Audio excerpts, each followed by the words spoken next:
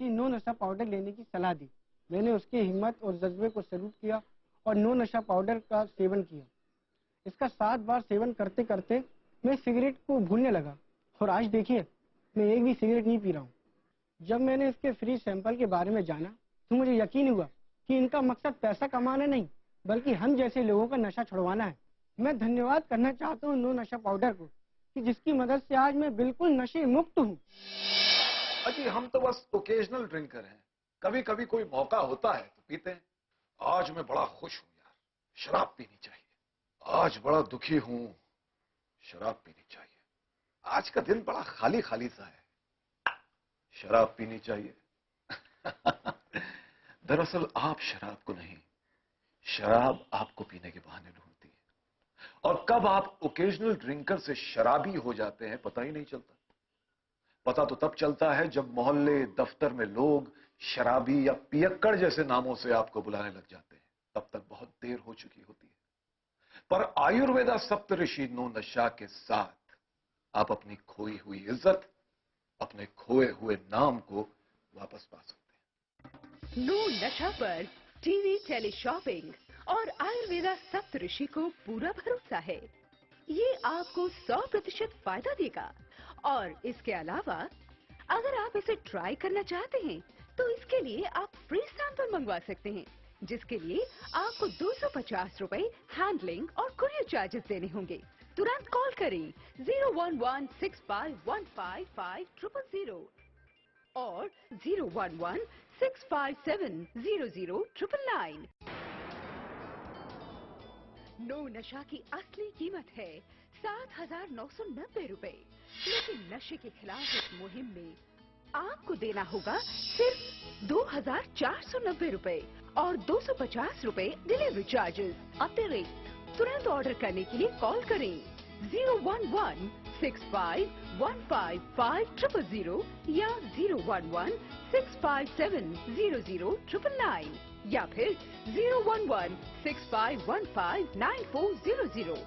आप अपना order SMS से भी मंगवा सकते हैं। SMS करें टेली स्पेस नो और भेज दें 57333 पर। ऐसा घर आपने नहीं देखा होगा, संभाल के पोछा मारा अभी। आइए। ओ भाई साहब ये देखिए हॉल, ये देखिए चिल्ड्रंस रूम, देखिए कितना बड़ा है। आपके बच्चे खेलते खेलते थक जाएंगे। हो गया, मजे ले लिए। आइए। और यह है बेडरूम, इसकी खिड़की से तारे दिखते हैं, तारे। आपको क्या लगा प्रॉपर्टी डीलर हूँ? अरे आपको अपना घर दिखा रहा था। Pearls infrastructure. हम जानते हैं कि घर अरमान, उम्मीदों और सपनों का बना होता है, तभी तो हम घर बनाते हैं, जिंदगियां बनाते हैं। अक्षय बाथरूम कब धोगे? आज संडे है ना।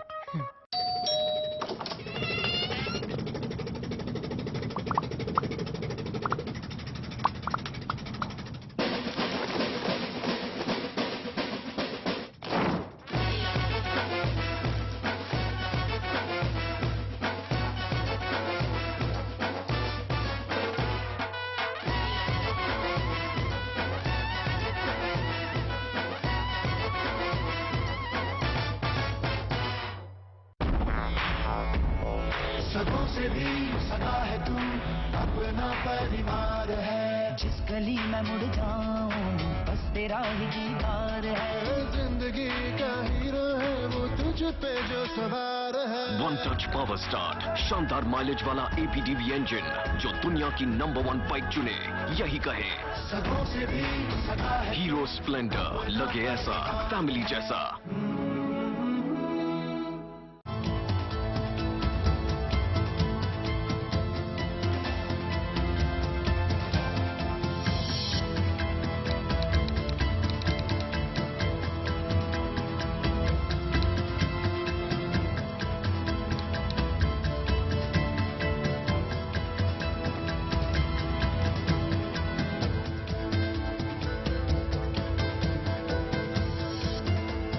ऐसा घर आपने नहीं देखा होगा, संभाल के पोछा मारा अभी। आइए। ओ भाई साहब ये देखिए हॉल, ये देखिए चिल्ड्रंस रूम, देखिए कितना बड़ा है। आपके बच्चे खेलते खेलते थक जाएंगे। हो गया, मजे ले लिए। आइए। और यह है बेडरूम, इसकी खिड़की से तारे दिखते हैं, तारे। आपको क्या लगा प्रॉपर्टी डीलर हूँ? अरे आपको अपना घर दिखा रहा था। Pearls infrastructure. हम जानते हैं कि घर अरमान, उम्मीदों और सपनों का बना होता है, तभी तो हम घर बनाते हैं, जिंदगियां बनाते हैं। अक्षय बाथरूम कब धोगे? आज संडे है ना।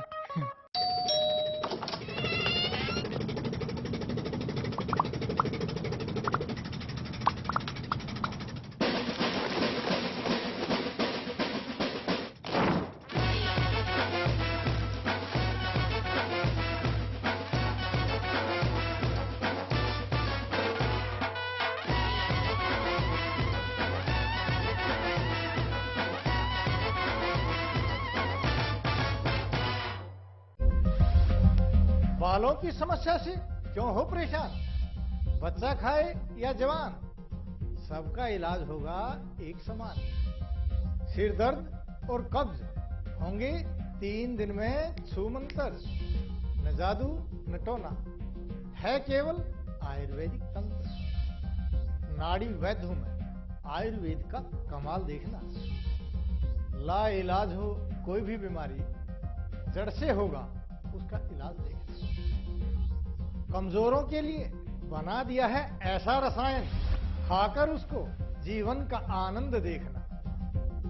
देखिए कायाकल्प, नाड़ी वैद्य सत्य प्रकाश आर्या के साथ रोजाना दोपहर 3 बजे सिर्फ चैनल 1 न्यूज पर। सबों से भी सदा है तू, अपना परिवार है। आज और कल दोनों हमने तेरे साथ देखे हैं। तू चले जब साथ तो खुशी के ठिकाने मिलते हैं। वन टच पावर स्टार्ट, शानदार माइलेज वाला APDV इंजन, जो दुनिया की नंबर 1 बाइक चुने, यही कहे सबों से भी सदा है। हीरो स्प्लेंडर, लगे ऐसा फैमिली जैसा। 1 रुपए नहीं है बॉस। 1 रुपया नहीं है मतलब? अरे मतलब छुट्टा नहीं है। नहीं है तो आप लेके आओ, जाओ। छोड़ ना, 1 रुपए में क्या कर लेगा तू? पिगी बैंक में डालूंगा। तुझे क्या प्रॉब्लम है? मेरे को मेरा 1 रुपया चाहिए। अच्छा 1 मिनट। करीना पसंद है बॉस। क्या? ये देखो। क्या है ये? वीडियो है 1 रुपए में। देखो देखो पूरा देखो। देखो वीडियोस 1 रुपए में। 52010 पे कॉल करो, क्लिक करो, चूज करो, एंजॉय करो। 1 रुपए में फुल मस्ती।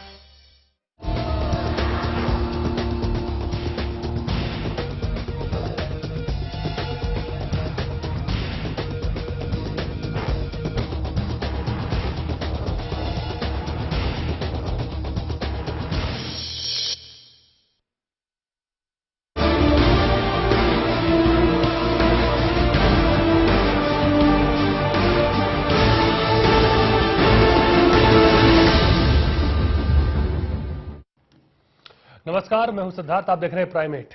कल बिहार के बौद्ध मंदिर में 10 सिलसिलेवार धमाके हुए। यह घटना एक के बाद एक सबको इसने दहला दिया और दुनिया के बौद्ध अनुयायी स्तब्ध हो गए। लेकिन हमारे सियासतदान हादसे के बाद से बयानों पर लगातार धमाके किए जा रहे हैं।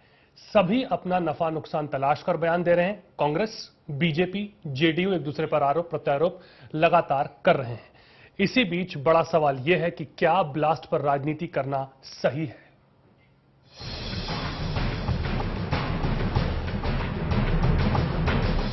बुद्ध के आंगन में आतंक के खेल को अभी कुछ घंटे भी नहीं बीते थे कि राजनीति के रहनुमा अपने बयानों की बाजीगरी से सियासत की चालें चलने लगे। उम्मीद थी कि घटना की गहराई और संजीदगी को समझते हुए नेता शब्दों के तीर नहीं छोड़ेंगे, लेकिन वो नेता की क्या जो बयानों से बाज आ जाए। एक और जहां महाबोधि मंदिर में हुए ब्लास्ट की पड़ताल में पहुंची NIA सुराग ढूंढ रही थी, वही नेता सबसे बड़ा बयानवीर बनने की होड़ में जुटे हुए थे। बयानों के बयान में सियासी गलियारों को गर्म करने का काम सबसे पहले कांग्रेस महासचिव दिग्विजय सिंह ने किया। दिग्गी राजा ने सबसे पहले ट्विटर पर चिड़िया उड़ाते हुए नरेंद्र मोदी को ही लपेट लिया और मीडिया के साथ साथ बीजेपी को भी नसीहत देते हुए इंतजार करने की सलाह दे डाली। कृपया करके भारतीय जनता पार्टी, मीडिया और तथाकथित इंटेलिजेंस सोर्सेज किसी प्रकार से केवल एक समूह को दोषी घोषित न करें इन्वेस्टिगेशन होने के पहले। बोध गया में रैकी करने पूना का ब्लास्ट का अपराधी आया था। पूना महाराष्ट्र में है, बोध गया बिहार में है और दिल्ली पुलिस का सोर्स उन्हें बहुत महत्वपूर्ण सोर्स लगता है। जब हमला मोदी पर हो तो बीजेपी भला चुप कैसे रह सकती है? सो बीजेपी ने आओ देखा ना ताओ, दिग्गी को डस्टबिन तक करार दिया। दिग्विजय सिंह का ऐसा बयान जो नरेंद्र मोदी को के बयान को बोधि मंदिर के हमले से जोड़ते हैं, कोई आश्चर्यजनक नहीं है और ऐसा लगता है कि दिग्विजय सिंह बयानों के डस्टबिन हो गए हैं। यूं तो हमेशा गंभीर रहने वाले मुख्यमंत्री नीतीश कुमार भी इस मौके पर राजनीति करने से नहीं चूके। बीजेपी और आरजेडी की एकता अब दिख रही है, अंदर खाने बातचीत भी चल रही है। ये बातचीत कोई साधारण स्तर पर नहीं है, अंदर अंदर सीट एडजस्टमेंट तक की बात हो रही है, दोनों तरफ चिंतन चल रहा है। तो हमारे एक कदम से ये सब लोग एक्सपोज्ड हो गए। सत्ता के लिए जो छटपटाहट है वो किसी दूरी तक जा सकती है। मौका चाहे जो भी हो, लेकिन सियासत अपनी राह आसान करने पर आमादा रहती है। फिर चाहे वो उत्तराखंड में आई आपदा हो या बोधगया में हुए बम ब्लास्ट, समझ में नहीं आता कि नेता ऐसी घटनाओं पर सियासत करने की जगह इन पर गंभीर होना कब शुरू करेंगे। सिद्धार्थ पांड्या की रिपोर्ट, चैनल 1 न्यूज के लिए। चलिए चर्चा को शुरू करते हैं। हमारे साथ तमाम हमारे मेहमान जुड़ चुके हैं, आपसे मुखातिब करा दें सबको। हमारे साथ कांग्रेसी सांसद और नेता सज्जन सिंह वर्मा जुड़ चुके हैं। इसके अलावा अनिल जैन जी, आप बीजेपी के नेता हैं, वो भी हमारे साथ हैं। स्टूडियो में मेरे साथ जे.आर. शरण जी, वरिष्ठ पत्रकार, और हमारी पॉलिटिकल एडिटर अग्निमा दुबे जी भी जुड़ी हुई हैं। इसके अलावा देवेंद्र जी भी आगे, हमें देवेंद्र गुप्ता जी जो डिफेंस एक्सपर्ट भी हैं वो भी हमारे साथ आगे जुड़ेंगे। चर्चा की शुरुआत मैं आपसे करना चाहूंगा सज्जन सिंह जी। सबसे पहले तो क्या मायने निकाले जाए दिग्विजय सिंह के बयानों के? क्या आपको लगता है आज सही बयान दिया उन्होंने, क्या देना चाहिए?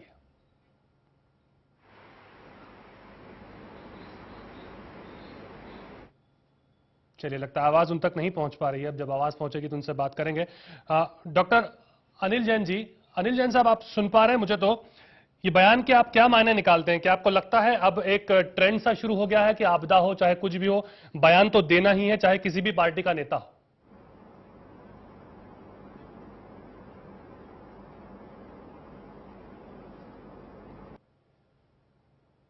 चलिए, अब लगता है बयानों की तरफ तकनीकी प्रॉब्लम भी हर जगह आ रही है। कोशिश करेंगे उनसे जुड़ने की। और यहाँ पर हमारे साथ अब जे.आर. शरण जी भी। शरण साहब, अब आप ही बता दीजिए क्या इन बयानों के मायने निकाले जाएं, क्योंकि हम तो मायने निकाल निकाल के थक गए हैं। नहीं, देखिए, सबसे बड़ी बात है कि जो पॉलिटिकल डाउनफॉल मैं कहूंगा, लोग के सोच में, पॉलिटिशियंस के सोच के या राजनेताओं के सोच में एक वैक्यूम सा क्रिएट हो रहा है। उनको पता ही नहीं कि क्या होता है सियासत। हर चीज पे सियासत, लाशें गिरी है उस पे सियासत कर लो, बम फटा है उस पे सियासत कर लो। अरे इंसान रोटी का तावा नहीं जिसपे आप अपनी रोटी सेक रहे हैं। कम से कम कुछ तो आप, ऊपर से जो स्पोक्स पर्सन हैं वो ऐसे ऐसे भाषाओं का प्रयोग करते हैं कि मैं तो दंग रह गया हूं। कम से कम मैं, अगर इंडियन पॉलिटिक्स को देखा जाए तो मैं 1975 से, आफ्टर इमरजेंसी से मैं काफी उससे देख रहा हूं, और मैं जो स्तर गिर रहा है लोगों का, उसमें बहुत हैरान हूं कि पता नहीं ये कहां जाएगा। अग्निमा जी, कैसे आप देखती हैं इन बयानों को? क्या अब एक भारत का नागरिक या जो भी इन पीड़ित जो वर्ग होता है या जो देखता है वो अब आदी हो जाए इन सब चीजों? आदी तो हो ही चुका है वैसे, पर अब क्या अब एक्सेप्ट कर ले कि हाँ ये चीजें अब ऐसे ही चलेंगी? देखिए, सियासत तो सारी घटनाएं जैसे कि कह रहे हैं शरण जी होती है, ये सभी दल के लोग भी स्वीकार करेंगे। लेकिन अगर हम एक खास इस घटना पे बात करते हैं तो जो कांग्रेस के, आप जैसे दिग्विजय सिंह का आपने बयान दिलाया, तो एक आपने देखा है कि कांग्रेस डेस्परेट है एक पर्टिकुलर अल्पसंख्यक समुदाय के वोट पाने के लिए, तो उसको देखती नहीं है कि कोई घटना हुई है, 2 दिन वेट करे, 3 दिन जांच आए, सब कुछ आए, सबसे पहले ही आप है ना उसको दूसरी तरफ, जो जांच होती है उसको दूसरी तरफ ले जाने की कांग्रेस की कोशिश दिखती है। और जहां तक हम बीजेपी की बात करें तो बीजेपी इस घटना पे बताएं तो बीजेपी के लिए तो एक बड़ा मौका मिल गया है उनको नीतीश कुमार को घेरने का, अगर हम प्रदेश की राजनीति की बात करते हैं। और ये भी सही भी सवाल है, शायद बीजेपी ये वही सवाल उठा रही है जो मीडिया में सवाल उठ रहे हैं कि जब जानकारी थी तो आपने नहीं उठा रहे। तो बीजेपी का, क्योंकि विपक्ष में है तो विपक्ष के लोग उठाते हैं, लेकिन जिस तरीके से सत्ता पक्ष पूरी चीजों को, मतलब कहना चाहिए ना, घालमेल कर देता है, जांच की दिशा को दूसरी तरफ डाइवर्ट करना, और कहना चाहिए कि हाँ बिल्कुल, हाँ मेन मुद्दे से भटकाने की कोशिश होती है, वो थोड़ी वो लगती है, वो अजीब सी। सज्जन सिंह जी, आप मेरी आवाज सुन पा रहे हैं? हाँ, मुझे आपकी आवाज आ रही है। जी चलिए, अब आपकी आवाज भी आ रही है। सवाल मेरा बड़ा सीधा है। लगातार हम बात कर रहे हैं कि सियासत जो लगातार आजकल हो रही है, चाहे वो किसी भी तरह की आपदा हो, किसी भी तरह की घटना हो, सर मुझे समझाइए, जो दर्शक है उनको समझाइए कि क्या आपको लगता है इस वक्त बयानबाजी करनी चाहिए, और दूसरी चीज, क्या दिग्विजय सिंह को इस वक्त ऐसा बयान देना था?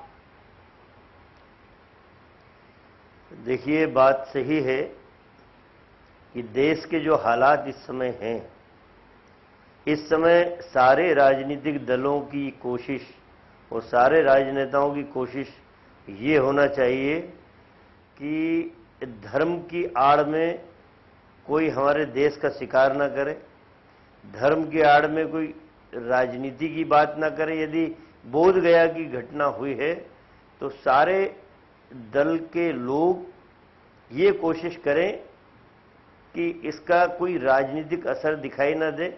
हम सांत्वना दें कि भविष्य में इस तरह की कोई घटना हमारे देश के धार्मिक स्थलों पे ना हो। लेकिन मैं दिग्विजय सिंह जी के बारे में ये जरूर कहना चाहूंगा कि दिग्विजय सिंह जी ने कुछ वर्षों में 100 बातें कही यदि भाजपा और आरएसएस के बारे में, तो निश्चित रूप से 100 में से 90 से 95 बातें उनकी सही हुई है। तो क्या आपको लगता है ब्लास्ट में भी नरेंद्र मोदी का हाथ है फिर? नई घटनाओं की संभावनाएं व्यक्त की हैं कि जो कोइंसिडेंट है उनके तार कहीं जुड़े हुए तो नहीं है। क्या इसे जांच का बिंदु बनाया जा सकता है? यदि इस तरह की घटनाओं में एक दूसरे के तार आपस में जुड़े हों तो उसकी बारीकी से एनआईए ने जांच करना चाहिए। एक संभावना व्यक्त की है और इससे ज्यादा कुछ नहीं। उंगलियां उठ रही हैं, बीजेपी के नेता हमारे साथ जुड़े हैं। सिद्धार्थ, इसमें कहना मैं चाहूंगी सज्जन वर्मा जी को कि सज्जन वर्मा जी, प्रधानमंत्री को जानकारी होती नहीं है, सारी जानकारी दिग्विजय सिंह को सारी जांच की पहले जानकारी मिलती है, तो प्रधानमंत्री उन्हीं को क्यों बना दिया जाए? प्रधानमंत्री के पास तमाम सारे दूसरे विषय हैं और कांग्रेस पार्टी ने अलग अलग व्यक्तियों को अलग अलग तरह की जवाबदारियां दे के तैनात कर रखा है। इस तरह भारतीय जनता पार्टी में भी कई नेता हैं जो गाहे बगाए इस तरह की बयानबाजी करते रहते हैं, लेकिन दिग्विजय सिंह जी जब भी कोई बात करते हैं कहीं ना कहीं आप आपके सवाल आपकी बात का जवाब दे रहे हैं डॉक्टर अनिल जैन जी। जी अनिल जैन साहब बोलिए। देखिए, जहां तक मेरा आपसे निवेदन है सिद्धार्थ जी कि सब राजनीतिक पार्टियां कहकर इस बात को एक जैसा मत करिए कृपया। नहीं सर, सबने बयान दिए हैं, मैं बता दूं आपको, मेरे पास सारे बयान भी पड़े हैं। मैं आता हूं इस बात पे कि जहां तक बयानबाजी का सवाल है, सुबह सुबह आंख खोलते हुए ट्विटर पर जिस तरह का बचकाना बयान में अन्य शब्दों का प्रयोग नहीं करूंगा, जैसे भाई सज्जन जी कह रहे थे कि उनको अलग अलग काम के लिए छोड़ रखा है कांग्रेस ने, मुझे लगता है कि दिग्विजय सिंह को अनर्गल बयानबाजी और डर्टी ट्रिक्स के लिए ही छोड़ रखा है। तो जिस तरह का बयान सुबह सुबह उन्होंने इस तरह की घटनाओं पर कभी तथ्यात्मक बात नहीं करते। सबसे ज्यादा भारतीय राजनीति का दुर्भाग्य है कि उनको मीडिया भी मिल जाता है। वर्मा साहब, मैं आपके पास ज्यादा अनर्गल बात करते हैं तो ठीक है, दिग्विजय सिंह करते हैं। अनिल जैन जी एक बात बताइए। ये कहना है कि जब इस तरह की घटना हुई, मेरी एक बात में लेट मी कंप्लीट, फिर आप पूछिए। इस तरह की घटना हुई, इस पर जांच निश्चित रूप से शासन में बैठी पार्टियों को करनी थी, चाहे केंद्र में हो चाहे प्रदेश में हो। केंद्र ने प्रदेश को पहले से सचेत कर रखा था, तो भी प्रदेश इस पर कार्रवाई ठीक से नहीं कर पाया, सचेत नहीं हो पाया ये। और उसमें नीतीश कुमार इस तरह का बयान ढूंढेंगे कि इसमें राजद और बीजेपी की मिलीभगत है और उनकी अंदर खानी बात चल रही है। कितनी हास्यास्पद बात है। मुख्यमंत्री इस घटना के बयान के जवाब में इस तरह की बात कहें, इससे ज्यादा हास्यास्पद और निम्न स्तर की राजनीतिक बात क्या हो सकती है? दूसरा जहां तक घटना का सवाल है, इनको ये लग रहा है कि मुसलमानों को छोड़ दो। मैं साफ बात, ये संप्रदाय नहीं, इनका दिग्विजय सिंह के बयान का मतलब है कि मैं मुसलमानों का हितैषी हूं, मुसलमानों को छोड़कर बात करो, मुसलमानों को इंगित मत करो। ना तो कोई मुसलमान की बात कर रहा है, इंगित करने की कोई बात नहीं करी, इन्होंने पहले से कर दी। इसका मतलब दाल में कुछ काला है, इनके मन में खोट है और जल्दी से लूट लो मुसलमानों का वोट। मुसलमानों को ये वोट की वस्तु समझते हैं, मुसलमानों को ये इंसान नहीं समझते। मुसलमानों के साथ ये आप लोग दिग्भ्रमित नहीं, इन्होंने इनका एक संप्रदाय के लोगों को दिग्विजय सिंह ने क्या बोला? दिग्विजय सिंह का पूरा बयान देखिए आप। कहीं मुस्लिम अनिल जैन साहब, क्यों आपकी पार्टी के लोग वहां पर पहुंच गए थे घटना के घंटे बाद नारे लगाते हुए मुर्दाबाद, नीतीश कुमार मुर्दाबाद? ये क्यों आपके पार्टी के लोग वहां पे गए? फिर अगर आप राजनीति नहीं करने की बात करते हैं, सांसद गए, आपके सांसद वहां पर जाते हैं और एक घटना जब वहां पर नीतीश कुमार पहुंचते हैं उसके 1 घंटे के अंदर नारे लगाते हैं। हम विपक्षी पार्टी हैं। हमने ये कहा कि जब केंद्र ने पहले से उनको सचेत कर रखा था, आईबी ने सचेत कर रखा था, तो नीतीश कुमार की सरकार इस बात को क्यों नहीं ध्यान में रख पाई और क्यों नहीं सुरक्षा व्यवस्था दे पाई? इसको अधिकार हमारा है, हमने कोई अनर्गल बात नहीं करी। ये मुख्यमंत्री की फेलियर है, इस फेलियर को प्रदर्शित किया है। ये बीजेपी का काम है, ये अपोजिशन पार्टी का काम है, इसमें कोई बुराई की क्या बात है? जी नहीं, लेकिन जैन साहब, ऐसा है कि कुछ लोगों की दोस्ती और कुछ लोगों की दुश्मनी दोनों ही महंगी पड़ती है। शायद नीतीश जी को आपकी दोस्ती और दुश्मनी दोनों महंगी पड़ रही है आज की तारीख में। नहीं, इस समय ये बात कह रहे हैं लगभग एक दशक कोई अर्थ नहीं, इररिलेवेंट है। नहीं, ये बात आपकी इररिलेवेंट है। क्यों इररिलेवेंट है? 10 साल की सुशासन एक दिन में कुशासन में गुजर गई, क्योंकि क्यों आप पार्टी में नहीं है। और मुझे इस देश में कौन सा बॉम्ब ब्लास्ट ऐसा हुआ है, मुझे कंप्लीट करने दीजिए। आप आपके पास आएंगे सर। ये 10 साल की बात नहीं है, ये घटना की बात है। नहीं, एक सेकंड कंप्लीट करने दीजिए मुझे कि इस देश में कभी भी बम फूटता है तो कहता है पहले से हमारे पास एजेंसियों के पास खबर थी। ये हर बार सुनने को मिलता है, और कुछ भी होता है तो उसका तार पाकिस्तान से जोड़ा जाता है। ये तो इस देश की जनता सुन सुन के परेशान हो गई है। हर बार यही होता है, चाहे दिल्ली पे बम फूटे, चाहे सत्य भी होता है, यही होता है। आप मुझे उदाहरण दे दीजिए, मैंने तो उदाहरण दिया, आप दे दीजिए मुझे। चलिए छोटा सा ब्रेक। मैं बताता हूं, मैं आपको बताता हूं जो आप बात कर रहे हैं। प्लीज शरण जी, आप जो बात कर रहे हैं मैं इस बात का जवाब देता हूं। जहां तक इंटेलिजेंस एजेंसीज का बात है, केंद्र सरकार की इंटेलिजेंस एजेंसी है, बीजेपी की इंटेलिजेंस एजेंसी नहीं है। और इंटेलिजेंस एजेंसी ने कहा, ये केंद्र सरकार ने कहा है, ये तथ्यात्मक है, ये ब्लैक एंड व्हाइट में है। इस बात को आप कैसे लगा सकते हैं? छोटा सा ब्रेक मुझे लेना है जैन साहब, छोटा सा ब्रेक लेना है। ब्रेक के बाद में फिर आपके हर बार होता है तो उसमें हम क्या कर सकते हैं? आ रहे हैं ब्रेक के बाद आ रहे हैं, छोटा सा ब्रेक। हमारे एक कदम से ये सब लोग एक्सपोज हो गए।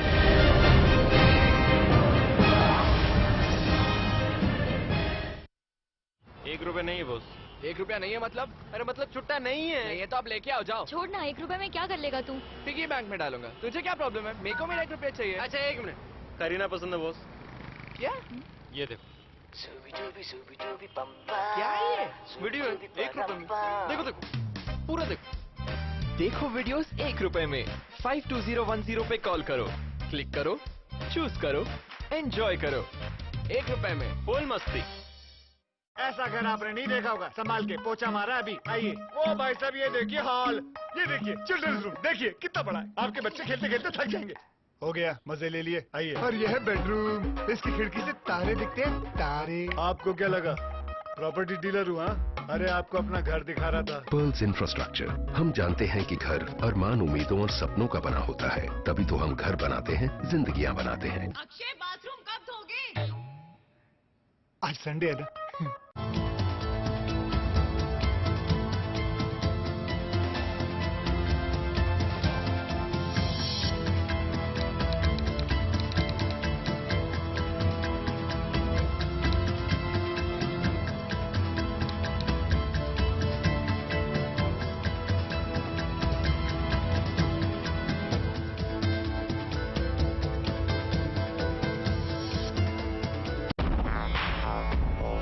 सगों से भी सगा है तू, अपना परिवार है। आज और कल दोनों हमने तेरे साथ देखे हैं। तू चले जब साथ तो खुशी के ठिकाने मिलते हैं। वन टच पावर स्टार्ट, शानदार माइलेज वाला APDV इंजन, जो दुनिया की नंबर 1 बाइक चुने, यही कहे। सगों से भी सगा है। हीरो स्प्लेंडर, लगे ऐसा फैमिली जैसा। बयानों के डस्टबिन हो गए हैं।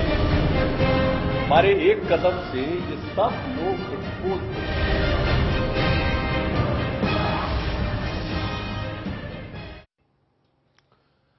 स्वागत है आपका ब्रेक के बाद। चर्चा को हम ऐसे आगे बढ़ाते हैं। जी डॉक्टर अनिल जैन साहब, आप कुछ कह रहे थे, आप अपनी बात शुरू कीजिए जहां आपने खत्म की।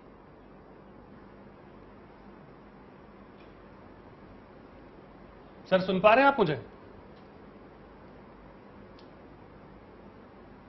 अनिल जैन साहब आप सुन पा रहे हैं मुझे?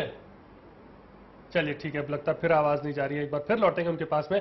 सज्जन सिंह जी, मुझे एक बात बताइए कि अगर दिग्विजय सिंह इस ओर इशारा करते हैं कि ऐसा नरेंद्र मोदी ने कहा, तो खुलकर कहे ना। खुलकर कहने में क्या दिक्कत है? जब इतनी बात उन्होंने करी दी है तो खुलकर ही बोल दें आके सामने। ये पर्दे के पीछे क्यों बातें कही जा रही हैं? स्पष्ट कह दें। देखिए, घटनाओं पर संभावनाएं व्यक्त करने का अधिकार है जी। यदि चश्मदीद होते तो दावा ठोक के बोलते जी। लेकिन जब इस तरह की बातें परिलक्षित हो रही हैं जी, एक दूसरे से मिलती जुलती दिख रही हैं कि नरेंद्र मोदी ने कहा और दूसरे दिन घटना होती है, और उधर श्रीमान अमित शाह साहब कहते हैं कि हम अयोध्या में राम मंदिर बनाएंगे, तो मंदिर मंदिर मंदिर, मतलब आप राजनीति धर्म आधारित करना चाहते हैं कि देश के सारे समाजों को जोड़ के रखना चाहते हैं। मैं आपको एक बात कहूं, मैं गुजरात होके आया, अभी बता रहा हूं आपको, गुजरात होके आया। गांधीनगर में पिछले 1 महीने में गांधीनगर और अहमदाबाद में माननीय नरेंद्र मोदी जी ने 300 मंदिर तोड़ने के आदेश दिए। 300 मंदिर तोड़े जा चुके हैं। आप वहां के अखबार बुला के देख लीजिए, वहां आपके चैनल। आपको लगता है ये इसमें भी नरेंद्र मोदी के तार हो सकते हैं? नहीं, उन्होंने तो आदेश दिए, मंदिर तोड़े, आदेश दिए, क्या है? एक आदमी मंदिर तोड़वा रहा है, दूसरी तरफ केदारनाथ मंदिर बनाने की बात कर रहा है। आपको लगता है कि मंदिर पर राजनीति करता? ये तो अवैध। अनिल जैन साहब क्या कहेंगे इस पर? आप आरोप है, स्तर कहाँ जा रहा है? ये बहस का स्तर कहाँ जा रहा है? सिद्धार्थ जी जरा देखिए इसको। जी सही है, जरा पता लगवाइए गांधीनगर में। देखिए जो सज्जन जी आप जो बात कह रहे हैं वो अवैध जो कब्जे थे मंदिरों के वो हटाए जा रहे हैं, तो इससे तो ये साबित होता है कि मोदी वोटों की राजनीति नहीं कर रहे हैं, जो कि आप उन पे आरोप लगाते हैं। इससे तो बल्कि ये साबित हो रहा है, बन गई ना, इससे तो ये साबित हो रहा है ना कि वोटों की राजनीति नहीं कर रहे वो, इसलिए मंदिर तोड़ने की दिक्कत नहीं आ रही उन्हें। लेकिन वहां की जनता जो बोल रही है तो सुन के आया हूँ, जनता से मिल के आया हूँ। अनिल जैन साहब आप जी आप इनको चुप करें तो मैं अपनी कोई बात कहूं। जी आप बोलिए।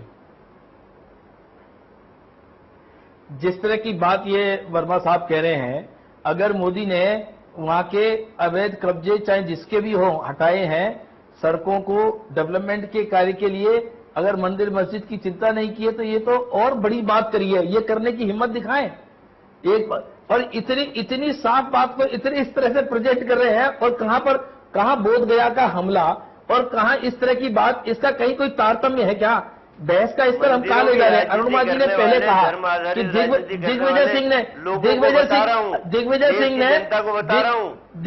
केदारनाथ मंदिर बनाने की जल्दीबाजी दिखाई। अब आप चुप रहिए, मैं बोल रहा हूँ, आपके पास आएंगे। वर्मा जी सुनिए, बोल लें दीजिए ना, फिर आपको भी हम मौका देंगे। एक बार उन्हें कंप्लीट कर लें दीजिए तो आपको जवाब देने का मौका मिलेगा। जी सर जैन साहब। अरुणिमा जी ने जैसे बात कही थी कि कांग्रेस को जल्दी हो रही है मुसलमान वोटों को लूटने की, इस प्रकार घटना हुई नहीं कि उन्होंने अनर्गल बयानबाजी दिग्विजय सिंह ने शुरू कर दी और उनको अलग विभाग दे दिया जैसे कांग्रेस में दिया गया। कहां से आ गया सज्जन जी? सुन ले, कहां से आ गया बोध गया मंदिर की घटना? सज्जन जी इनको चुप कराई तब तो मैं बताऊं। सज्जन जी आप सुन लेना, फिर आपके पास भी मैं आऊंगा, इसके बाद आपसे मैं जवाब लूंगा, पर उन्हें बोल तो लेने दीजिए। जैन साहब प्लीज बोलिए। मेरा कहना था कि ये अनर्गल बयानबाजी शुरुआत कांग्रेस ने की। मैं एक बात और आप बता दूं जी, आपने कहा कि लाशों के ढेर पर राजनीतिक दल बयानबाजी करते हैं। उस दिन जिस दिन सुषमा जी ने बयान दिया था उत्तराखंड की त्रासदी पर बयान होता, तो इनके दो मंत्रियों ने सुबह ही सुबह मनीष तिवारी और इन लोगों ने बयानबाजी शुरू करी। पहले ये अनर्गल बयानबाजी शुरू करते हैं, फिर ये प्रवोक करते हैं अन्य राजनीतिक दलों के लोगों को कि वो बयानबाजी करें। अगर नहीं करेंगे तो हम स्वीकार कर रहे हैं, और करेंगे तो सब राजनीतिक दल एक जैसे हैं। इस बात की विवेचना की जरूरत है। भारतीय जनता पार्टी ने कभी भी इस तरह की अनर्गल बयानबाजी शुरू नहीं की, और अगर कोई ऐसी बयान आता है हम उसको तुरंत डिस्कार्ड करते हैं। लेकिन डॉक्टर जैन आपके पार्टी के लोग बिहार में तो यही कर रहे हैं, गया में भी यही हो रहा है, कल से हम लोग टीवी पे देख रहे हैं। क्या देखा आपने? आपके एमपी एमएलए खड़ा हो जाते हैं, नारा लगाते हैं, बॉम्ब ब्लास्ट के समय नारा लगाने की वो है तो नहीं, नारा लगाने का सुनिए, नहीं हल्ला, अगर उनको पहले से आईबी ने चेतावनी दी है और उसके बाद भी जो सरकार प्रदेश की नहीं कर पा रही है, तो इसको अपोजिशन पार्टी क्या इसको स्वागत करेगी? अपोजिशन पार्टी तो कहेगी कि ये सरकार काम नहीं कर रही है। कहा जाता है हर बॉम्ब ब्लास्ट नहीं सरन जी, ये जो मामला है इसमें साफ था। देखिए ये ब्लास्ट की दो तीन बार इनपुट किया। जुलाई के 2 तारीख को बैठक भी हुई, उससे पहले भी 2 बार बैठक हो चुकी। ये ऐसा मामला नहीं है कि केवल यहाँ पे बम विस्फोट हो रहा है, इसको लेकर पूरा चल रहा था। इसलिए ये सवाल ज्यादा गंभीर हो रहा है कि 3 बार स्पेसिफिक कहा गया, उसको लेके बैठक भी हुई, लेकिन नतीजा क्या? कुछ सुरक्षा में खामियां, लेकिन जैसी की तैसी। नहीं, ये पर्टिकुलर नहीं, ये तो स्पेसिफिक इसमें बैठक भी हुई, बोध गया में भी शरण जी आपको बैठक हुई। जी जी अनिल जैन साहब जल्दी आप कंप्लीट करें, फिर मैं सज्जन सिंह जी के पास। नहीं, मैं एक बात और कहना चाहता हूँ। ये अंतर्राष्ट्रीय घटनाओं पर अगर ध्यान देंगे, जिस प्रकार म्यांमार में घटनाएं हुई हैं, उसके एवज में इंटेलिजेंस ने अगर रिपोर्ट दी है कि इस देश में बौद्ध धर्म स्थानों पर हमले हो सकते हैं, ये हवा में नहीं है, सर, ये अंतर्राष्ट्रीय हम डिबेट से भटक रहे हैं। घटनाओं के तहत हुआ और उसको नहीं विषय नहीं कर रहे। उसको अगर प्रदेश की सरकार ध्यान में नहीं देगी तो ये प्रदेश की सरकार की नाकामी नहीं है, और इसको जनरलाइज कैसे कर देंगे कि हर बार ऐसा होता है। चलिए छोटा सा ब्रेक एक और मुझे यहाँ पे लेना पड़ रहा है। मैं एक बार फिर मुद्दे पे हम लगातार जो सियासत हो रही है, जो बयान आ रहे हैं दोनों पक्षों की ओर से, अगर शुरुआत दिग्विजय सिंह ने की तो वहां पर कहीं ना कहीं कंटिन्यूटी दूसरे नेताओं द्वारा भी उसको दी गई, उसको भी तवज्जो दिया गया। छोटा सा ब्रेक, इसके बाद मैं जवाब लूंगा कि आखिर क्यों कंटिन्यूटी बनी रही। बयानों के डस्टबिन हो गए हैं। हमारे एक कदम से ये सब लोग एक्सपोज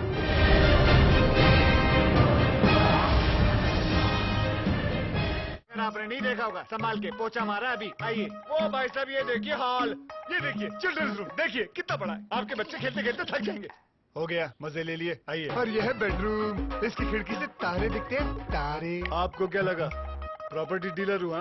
अरे आपको अपना घर दिखा रहा था। पर्ल्स इंफ्रास्ट्रक्चर, हम जानते हैं कि घर अरमान, उम्मीदों और सपनों का बना होता है, तभी तो हम घर बनाते हैं, जिंदगियां बनाते हैं। अक्षय बाथरूम कब धोगे? आज संडे है ना। सदों से भी सदा है तू, अपना परिवार है। आज और कल दोनों हमने तेरे साथ देखे हैं। तू चले जब साथ तो खुशी के ठिकाने मिलते हैं। वन टच पावर स्टार्ट, शानदार माइलेज वाला APDV इंजन, जो दुनिया की नंबर 1 बाइक चुने, यही कहे सदों से भी सदा है। हीरो स्प्लेंडर, लगे ऐसा फैमिली जैसा।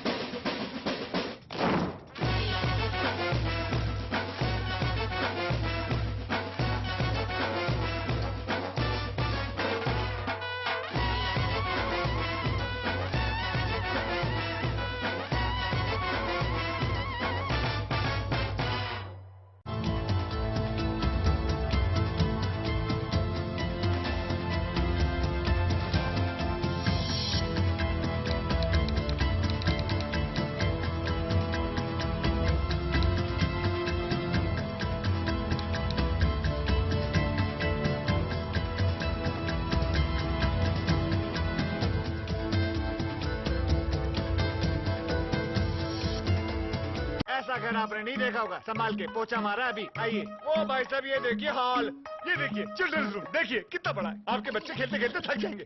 हो गया, मजे ले लिए। आइए, और यह है बेडरूम, इसकी खिड़की से तारे दिखते हैं, तारे। आपको क्या लगा प्रॉपर्टी डीलर हुआ? अरे आपको अपना घर दिखा रहा था। पर्ल्स इंफ्रास्ट्रक्चर, हम जानते हैं कि घर अरमान, उम्मीदों और सपनों का बना होता है, तभी तो हम घर बनाते हैं, जिंदगियां बनाते हैं। अक्षय बाथरूम कब धोगे? आज संडे है ना।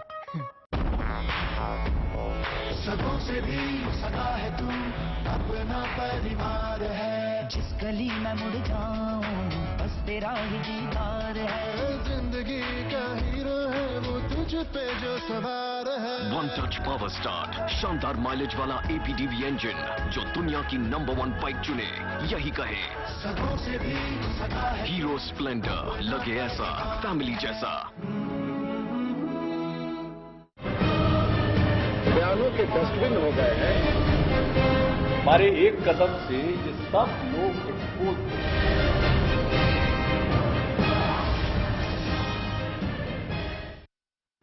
स्वागत है आपका। ब्रेक के बाद लगातार हम बात कर रहे हैं कि किस तरह से एक बयानों का सिलसिला शुरू हो जाता है जब भी किसी तरह के आतंकी घटना हो या ऐसी कोई घटना हो जिससे आम इंसान या पूरा देश हताहत होता है, उसके ऊपर क्यों बयानबाजियां शुरू हो जाती है और क्यों ऐसे बयान दिए जाते हैं जिस पर फिर सवाल खड़े हो।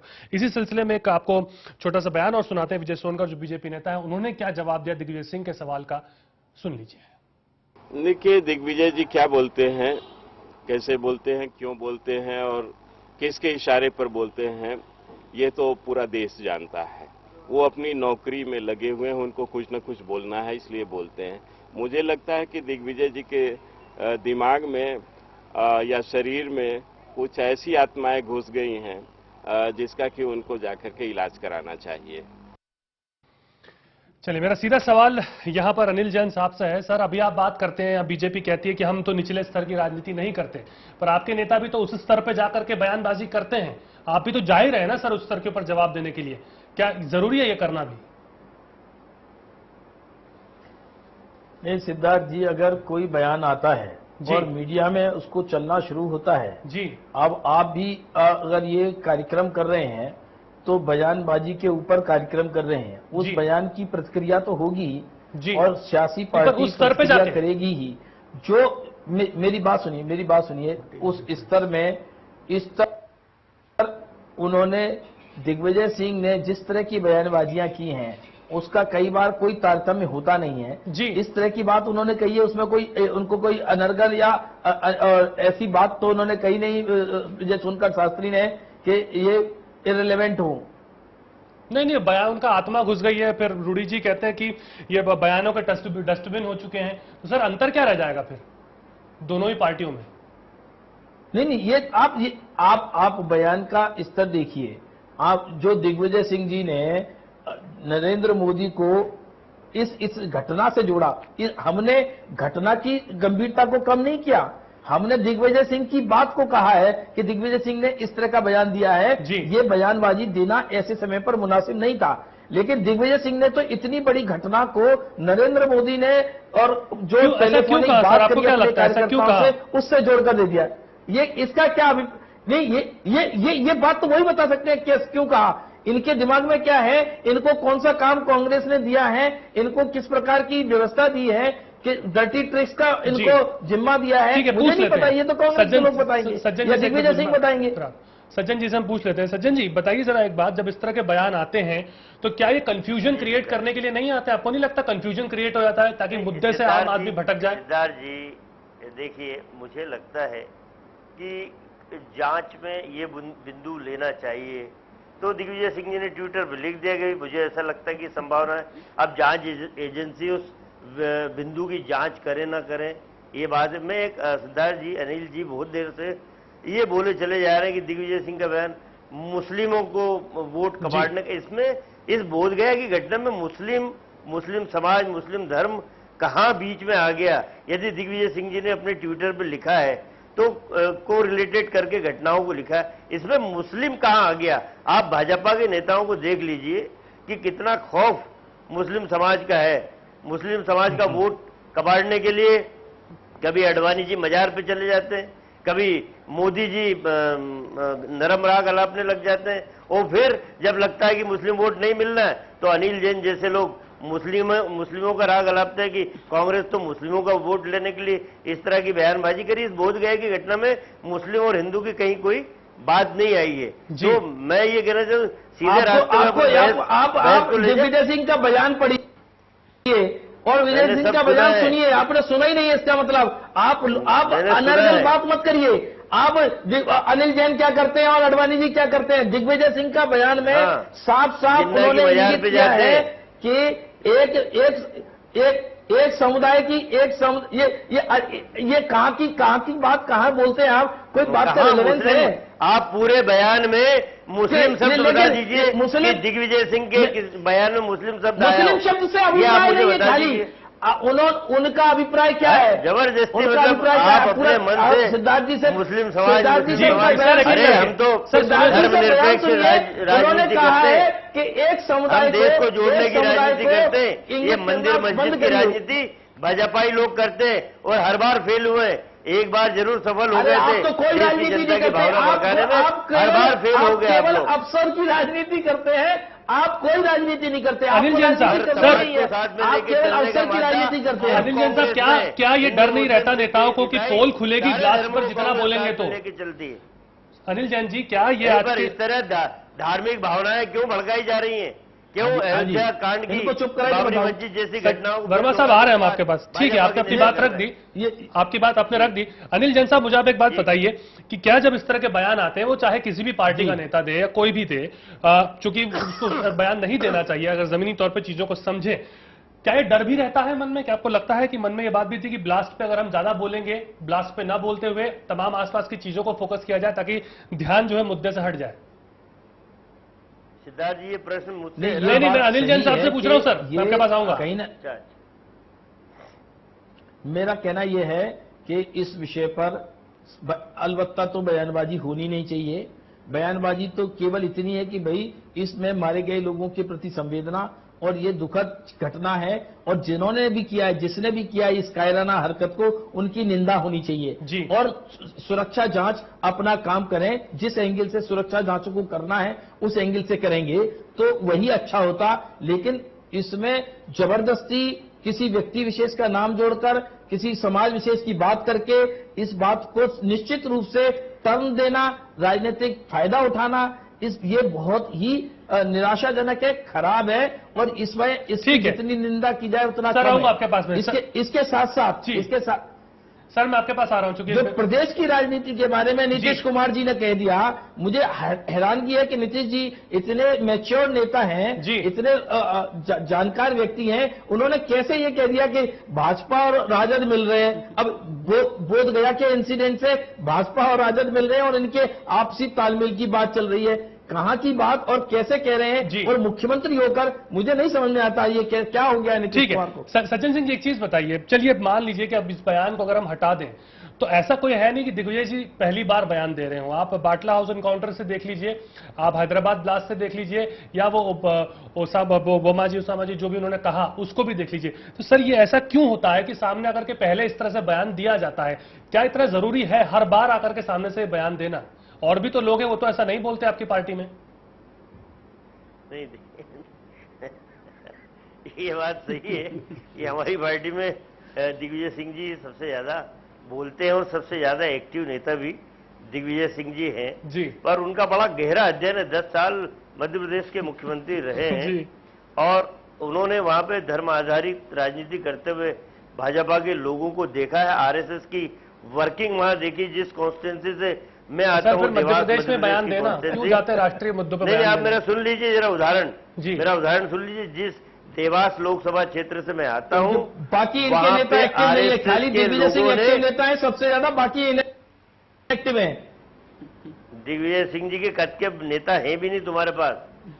वो जो बिल्कुल हमेशा जागृत रहता है दिग्विजय सिंह, हमेशा घटनाओं पे तत्काल रिएक्ट करता है। इसकी आवश्यकता ही नहीं है। मैं फिर बोल रहा हूँ, 100 में से 90 बातें दिग्विजय सिंह की सही निकलती हैं और लोगों को पीछे हटना पड़ता है। चलिए ठीक है, तो लोगों को समझ में आ रहा है, दुनिया देख रही है। थोड़ा हम यहाँ पर चर्चा का विस्तार करें और आगे हम बढ़ें और उसको देखते हैं। चरण साहब, क्या हम देख रहे हैं हर दौर की एक राजनीति होती है, हर दौर की एक राजनीति चलती है। अगर हम देखें समय समय के साथ में जब जो लीड करता रहा है उस समय में उस तरह की राजनीति हमें देखने को मिली है। अटल जी के समय जब था तब अलग राजनीति हुआ करती थी, या इंदिरा जी थी तब अलग राजनीति हुआ करती थी। क्या अब आपको लगता है कुल मिलाकर के ये डाउनफॉल जैसी जो आप बात लगातार कर रहे हैं, अब ये दौर शुरू हो चुका है? बयानों को ही अगर हम सुन लें, किसी भी पार्टी का हो, किसी भी पार्टी का, आप जैन साहब को, डॉक्टर साहब को छोड़ दीजिए और चंद इनके जैसे लोगों को छोड़ दीजिए, नहीं तो ज्यादातर लोग आप पाएंगे जो प्रवक्ता हैं वो क्या भाषा का प्रयोग करते हैं। मुझे तो कभी कभी ये आता है कि क्या पॉलिटिकल पार्टीज को अपने जो उनके स्पोक्सपर्सन है उनको कोई ट्रेनिंग देके या उनको कोई ब्रीफ नहीं देते क्या? वो जो जिस तरह की लैंग्वेज यूज करते हैं, कम से कम इतना टीवी पे या बोलने में कहीं भी तो एक रहना चाहिए। मैं आपको बताऊं, इस देश के प्रधानमंत्री राजीव गांधी थे, यूएन में भाषण देना था, उन्होंने अटल बिहारी वाजपेयी को भेजा। That is known as statesmanship. Jawaharlal Nehru प्रधानमंत्री थे, अटल जी ने बहुत अच्छा भाषण दिया। He said this is a person who should be the future prime minister of India. ये सब चीजें होती है। क्या राम मनोहर लोहिया और नेहरू में गाली गलौज होता था? लेकिन दोनों ऑपोजिशन थे तो थे। आज इससे ज्यादा तगड़ा बहस होता था जी। तो एक बहस होने का एक लेवल होना चाहिए। लेवल क्यों गिर रहा है सर? क्या लगता है आपको अगर गिर रहा है? ये तो राजनीतिक पार्टियां ही बताएंगी कि ये लेवल क्यों इतना गिर रहा है। क्योंकि वो भाषा बोल रहा है, इसलिए मैं भी वही भाषा बोलूंगा। टिट फॉर टैट नहीं चलता जी। चल सज्जन सिंह जी, बड़ा मैं ईमानदारी से व्यक्तिगत तौर पे आपसे बात करना चाहूंगा, ठीक है, क्योंकि आप पार्टी की बात रख रहे हैं, पर मैं व्यक्तिगत जानना चाहूंगा, क्या आपको नहीं लगता बतौर एक सांसद, आप संसद में भी जाते हैं, वहां भी अपनी बात रखते हैं और आम नेताओं, अपने कार्यकर्ताओं को भी आप संबोधित करते हैं, तो क्या आपको नहीं लगता स्तर गिर गया है? क्या ये मानना ठीक नहीं है? भले कोई भी पार्टी हो, मैं पार्टी लाइन के ऊपर बात कर रहा हूं। तो बिल्कुल मैं इस बात को पूर्णतः स्वीकार करता हूं कि इन विगत 3-4 वर्षों में जी राजनेताओं की भाषा का स्तर बहुत गिर गया है जी। और जो राजनेताओं की छवि जनता के मन में थी वो खंडित हो गई है, धूल धूसरित हो गई है। जनता नेता शब्द से घृणा करने लगी, ये तो मैं खुद मानता हूं।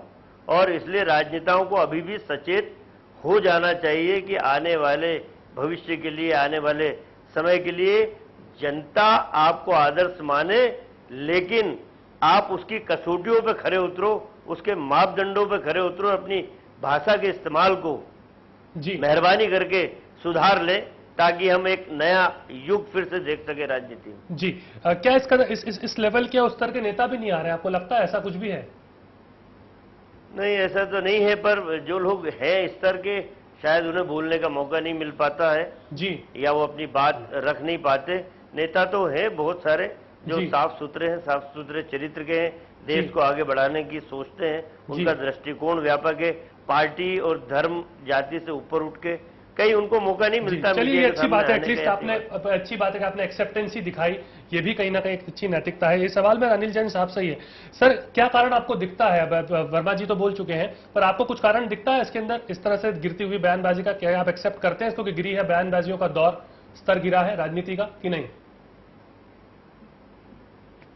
नहीं, राजनीतिक बयानबाजी का और भाषा का स्तर में कमी तो आई है, इसमें कोई दो राय नहीं है जी। और मैंने पीछे आसाम के विषय पर जब मैं पुराने खंगाल रहा था कि वक्तव्य कैसे हुए पार्लियामेंट में, तो मैंने देखा कि उस समय की बयानबाजी आपसी ऐसा लगता था कि काफी आपस में विरोध है, तो भी बयानबाजी का स्तर बहुत अच्छा होता था। अब बयानबाजी का स्तर खराब है, इस बात की चौं ओर चिंता है और होनी चाहिए, और इस स्तर को सुधारना चाहिए। किस मौके पर कैसा बयान देना और बयान में कैसी भाषा का उपयोग करना, ये जरूर हम सब के लिए सीखने की बात है और आवश्यक है, इसमें कोई दो राय नहीं है। सर ऐसा क्यों हो रहा है? सुधार की जरूर गुंजाइश है। क्या आपको लगता है ऐसा क्यों हो रहा है, क्या कारण आपको दिखते हैं? कई बार कारण क्या है कि मुझे ये लगता है कि आज की राजनीति में और पुराने समय की राजनीति में जितना मैंने जाना है, क्योंकि मैं बहुत पुराने समय का नेता नहीं हूं और मैं नेता भी नहीं हूं, मैं तो पेशे से सीनियर कंसल्टेंट सर्जन हूं, राजनीति में रुचि रखता हूं, इसलिए राजनीतिक कार्यकर्ता के रूप में कार्य करता हूं। लेकिन मुझे लगता है कि इसका सबसे बड़ा कारण ये है कि लोगों ने व्यक्तिगत स्तर पर चीजों को लेना शुरू किया है, व्यक्तिगत स्तर पर वैमनस्यता का माना है। आइडियोलॉजिकल लेवल पर, वैचारिक पृष्ठभूमि पर या पार्टी के स्तर पर कोई बात का विरोध करना है, वो विरोध जायज है, वो कहना चाहिए, लेकिन हर समय पर व्यक्ति को केंद्रित कर कर बात कही जाए, की जाए, तो उस वजह से ऐसे शब्दों का उपयोग होता है, वो ठीक नहीं है। तो एक व्यक्तिगत चीजों को लेते हैं और आइडियोलॉजी कहीं ना कहीं छुप गई है। नीमा जी क्या ये बात सही है? हाँ नहीं, बिल्कुल यही बात है मुख्य तौर पे। और दूसरा ये है कि जो पॉलिटिक्स, जब ये दौर शुरू हुआ कुछ साल पहले जब ये हुआ, तो जो पॉलिटिकल पार्टीज रहे उनका नेतृत्व जो कहना चाहिए, एक्शन लेना चाहिए अपने ऐसे सदस्यों के प्रति, या उनको बिल्कुल ही बहुत सख्ती से पेश आना चाहिए उनके साथ, ऐसा हुआ नहीं है जी। तो वो छूट देते रहे, और वो एक छूट मिली तो दूसरा भी वैसे ही बोल रहा है, फिर जवाब में बोल रहा है। तो चाहे बीजेपी हो, चाहे कांग्रेस हो, चाहे आप मुलायम सिंह की भी बात कर लें, अभी बेनी प्रसाद कहते हैं कि वो झाड़ू लगाने लायक नहीं है, मतलब ऐसे शब्दों का इस्तेमाल जो राजनीति, लेकिन एक्शन लेने की जब बात आती है तो वोट हावी हो जाता है कि आपको भाई आप उनके वोट चाहिए उनको, बेनी प्रसाद के, तो आप उन पे एक्शन नहीं ले सकते। दिग्विजय सिंह उनके पूरे मैनेजर हैं, तो एक मैनेजर को कैसे बिल्कुल साइडलाइन कर दिया जाए। तो पार्टी में नेता के खिलाफ बयान दे दीजिए, आपका जाना था। हाँ, ये चीजें एक्शन ली नहीं गई, जो लीडरशिप है किसी भी पार्टी के लीडरशिप से के द्वारा वो ली नहीं गई, वो केवल पूछ ले सज्जन सिंह से पूछ लेते हैं। सज्जन जी क्यों ऐसा हो रहा है? अब आप खुद कह रहे थे कि स्तर गिर रहा है, अब बेनी प्रसाद जी भी एक बड़ा सा उदाहरण है आपकी पार्टी के, लीजिए ना एक्शन सर, क्या दिक्कत है? वोट क्या देखना हर बार? सिद्धार्थ जी, सबसे मोटी बात इसके पीछे, ये बोल नहीं पाए हमारे भाई बंधु जी, सबसे मोटी बात दिग्विजय सिंह की बात छोड़ दें जी, पर अधिकतम नेता लाइमलाइट में बने रहने के लिए उन शब्दों का इस्तेमाल करते हैं जो लोगों को चुभे और उस पर रिएक्शन आए। तो लाइमलाइट में बने रहने के लिए जमीनी स्तर पे जमीन खाली उन नेताओं की, लेकिन बयानबाजी में अपने उल्टे पुल्टे बयान देके वो लाइमलाइट में बना रहना चाहते हैं। एक तो ये बात हो गई कि क्यों ये भाषा का स्तर गिरा, क्योंकि कैमरा आपका टीवी का कई लोगों के कुत्सित चेहरे दिखाता है, तो वो चेहरे लेके वो उल्टी सीधी बयानबाजी करते। दूसरी बात, जो हाईकमान होता है किसी भी दल का जी, निश्चित रूप से उसने इस तरह की स्तरहीन बयानबाजी, जो स्तरहीन हो, दिग्विजय सिंह के आज के बयान की मैं निंदा नहीं करता, मैं बिल्कुल सपोर्ट करता हूं, पर यदि स्तरहीन बयानबाजी किसी नेता के द्वारा की जाती है तो उसके हाईकमान ने उस पर तत्काल रोक लगाना चाहिए ताकि एक वातावरण धीरे धीरे सुधर सके। चलिए ठीक है। शरण साहब, ये जो बात अभी लगातार अभी सज्जन जी ने भी कही और डॉक्टर अनिल जैन भी कह रहे थे कि अगर पार्टी के खिलाफ, अगर आप किसी के खिलाफ या अपने नेता के खिलाफ बयान देते हैं तो तुरंत आप पे कार्रवाई हो जाती है। मध्य प्रदेश में भी कई ऐसे वो रहे हैं उदाहरण, जब मुख्यमंत्री शिवराज सिंह को घोषणावीर कहा गया तो क्या क्या हुआ सबके सामने। पर ये इसको लेकर के क्यों नहीं सोचा जा रहा, इस बात को लेकर के क्या लगता है क्यों उसको पटल पे नहीं लिया जा रहा? कुछ ऐसा करना चाहिए पार्टियों को भी, या जैसा आप ट्रेनिंग की बात कर रहे थे जी, क्या ऐसा प्रोसेस है ही नहीं? ये तो जनता तो जाने नहीं पाती है। नहीं, सबसे बड़ी बात है कि आज टीवी के युग में सब या तो आजकल हर कोई नेता है। नहीं, टीवी नेट तो एक है कि जमीनी नेता अब खत्म हो गए हैं। आप टॉप पे, चाहे वो कांग्रेस पार्टी हो चाहे बीजेपी पार्टी हो, आप टॉप पे देखिए कौन कौन लोग बैठे हैं, उससे आपको पता चल जाएगा कि उनको कोई फर्क नहीं पड़ता वो क्या बोल के निकल जाते हैं। जो जमीन से जुड़ा नेता होता है उसको फर्क होता है कि मैं क्या बोलूंगा। आज दिग्विजय सिंह को जाके किसी कॉन्स्टिट्यूंसी में इलेक्शन नहीं लड़नी है, जिसको लड़ना है उसको लगता है, उसको चुभता है कि मैं जाके क्या जवाब दूंगा। तो इसलिए जो जमीनी नेता है वो अपने शब्द को नाप के तौल के बोलेगा, और जो नहीं है वो जो मर्जी आता बोल लेता है, क्योंकि उसको कोई फर्क नहीं पड़ता। अनिल जी, आप सुन पा रहे हैं मेरी आवाज को? सर अनिल जी, क्या मेरी आवाज आप तक पहुंच रही है? चलिए, लगता है अब तकनीकी कारणों से जुड़ नहीं पा रहे अनिल जी से। बहरहाल हम आगे मैं से बढ़ने के ऊपर। सज्जन जी बताइए जरा, कैसे फिर काम आगे आपको दिखता है कि आपको लगेगा आने वाले दिनों के अंदर ये चीजें और बढ़ेंगी, कम तो होंगी नहीं? आपने खुद ने कहा कि आजकल छोटा मोटा नेता भी अपने आप को बड़ा नेता समझ लेता है और कैमरा पहुंच जाता है तो वो बोलना शुरू कर देता है। हाँ बिल्कुल, ये बातें चूंकि मीडिया के सामने बने रहने के लिए इस तरह के हरकत कई छोटे नेता भी करते हैं। भाई कोशिश तो ये की जाना चाहिए, आपके तमाम न्यूज़ चैनलों के माध्यम से भी ये बात उन नेताओं तक पहुंचनी चाहिए कि भाई अपना स्तर ठीक कर लो, क्यों देश के वातावरण को दूषित करते हो जी, क्यों सामाजिक विद्वेषता फैलाते हो, या तो जमीन पे खड़े होकर राजनीति करो। आपके धरातल है यदि आपके पैर के नीचे जी, तो आप खुद कुछ ना कुछ बन जाओगे। लेकिन बयानबाजी करके कोई यदि नेता बनता है तो हवा का गुब्बारा है, किसी भी दिन फूट जाएगा, और ऐसे लोगों की नेतागिरी ज्यादा चलती है। शब्द और बांट निकल जाते हैं तो फिर वापस भी नहीं आते, ये भी कहा जाता है हमेशा।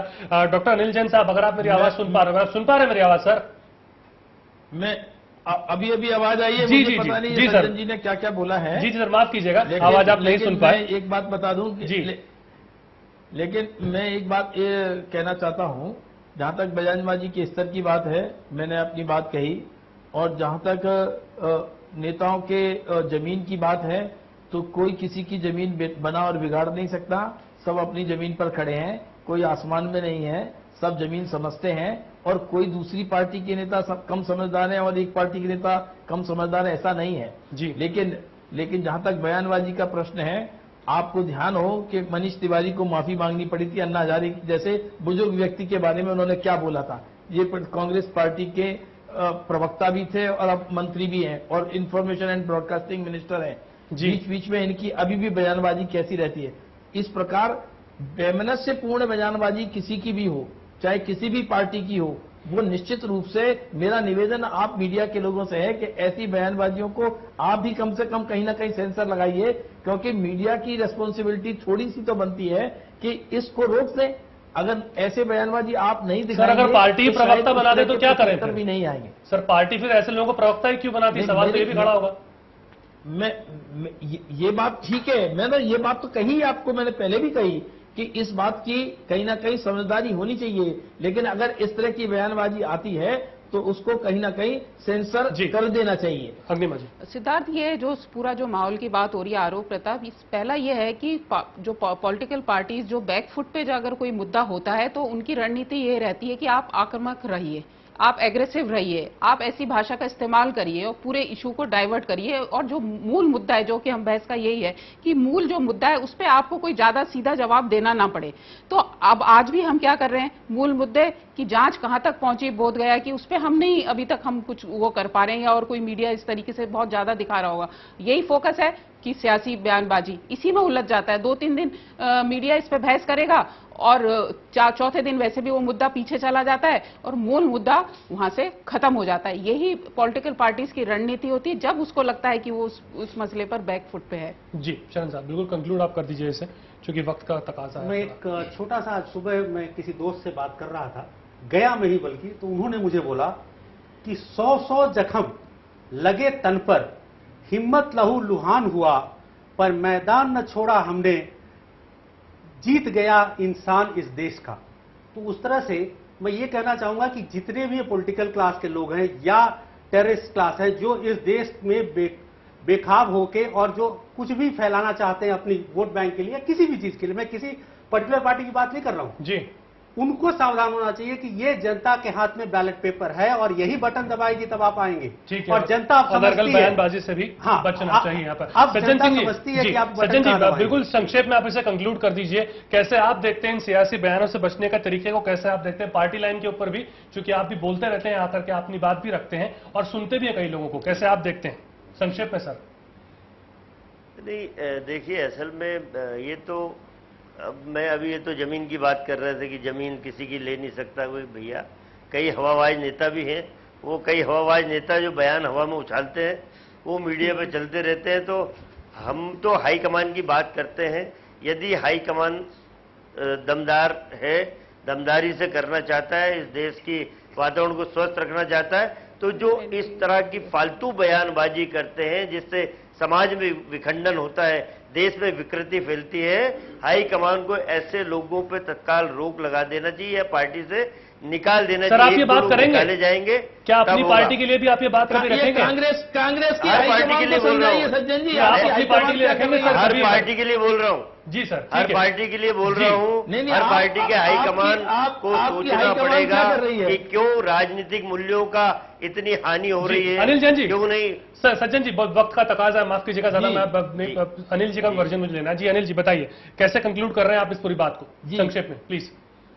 नहीं, मेरा कहना है क्या है कि ये जो घटना की गंभीरता है वो घटना की गंभीरता बनी रहे। बोध गया घटना हुई है, इस घटना पर चर्चा हो, इस घटना की कारण क्या है, इस घटना के पीछे की जांच कितनी गई है, इस पर हम लोग अब ध्यान केंद्रित करें। बयानबाजी जो गई सो गई, मुंह से निकला हुआ शब्द तो तीर निकल गया तो निकल गया, लेकिन इसकी सीख ये है कि हम मुद्दे पर केंद्रित करें। घटना चेतावनी के बाद भी क्यों हुई, कहां खामी हुई, इसकी जरूर जांच होनी चाहिए। जनता को ये जानने का अधिकार है, जनता को ये पता लगना चाहिए कि चेतावनी के बाद भी ऐसा क्यों हुआ। चलिए, बहुत बहुत शुक्रिया आप सभी मेहमानों का अपना कीमती वक्त निकाल के हमारे साथ आने के लिए।